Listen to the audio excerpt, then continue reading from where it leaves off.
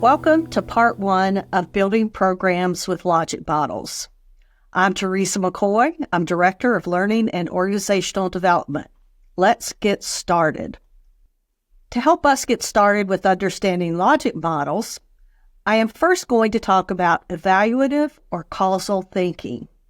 We engage in this type of thinking every day. For example, think about something that many of us use every day, the car. If you are the driver and you get into your car, you immediately go into evaluative thinking. Do I have enough gas? Where am I going? What's the best route to get to my destination?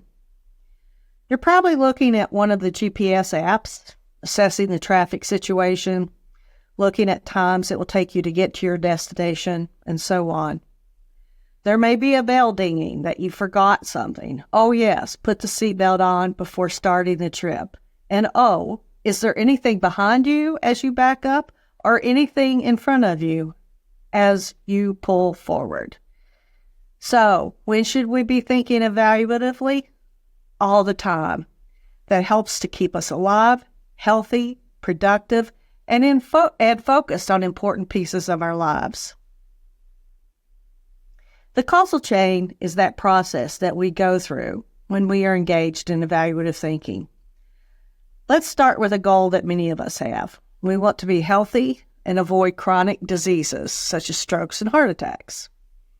And a lot of our programs are based on teaching people how to be healthy.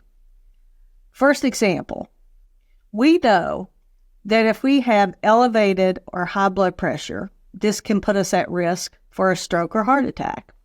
Let's walk through the causal chain in this example. Research has shown that exercise helps us to maintain a healthy weight. If I don't exercise, then I gain weight. And if I gain weight, then my blood pressure may become elevated. And if my blood pressure becomes elevated, then I know I am at greater risk for chronic issues such as stroke and heart attack. Let's turn that example into a more positive causal chain. If I exercise, then I maintain a healthy weight. And if I maintain a healthy weight, then my blood pressure stays within a normal range. And if my blood pressure stays within a normal range, then I decrease my risk for stroke and heart attacks. As I mentioned, we put evaluative causal thinking into practice every day without really thinking about it. We become trained through our experiences to understand causal chains. Consider young children. They are taught early on that touching hot objects with their hands should not be done because it will lead to burns that result in pain. So we learn that if we touch that hot burner with our hand, then we will experience pain. Another example, back to the car. If I have a car that I can drive, then I can put gas in that car, and if my car has gas, then I can go riding around the town. So take a few seconds to think about your own examples. Then think about how evaluative thinking relates to the programs you will develop.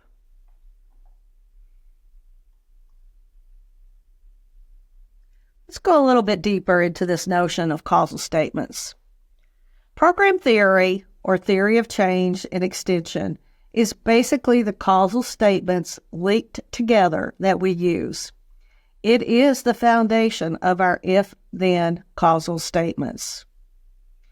Our theory is the foundation of what we expect to be the positive outcomes of a program that people participate in and acquire knowledge, skills, confidence to take action to improve their social, economic, or environmental conditions. We'll talk about this statement in part 2 of Building Programs with Logic Bottles.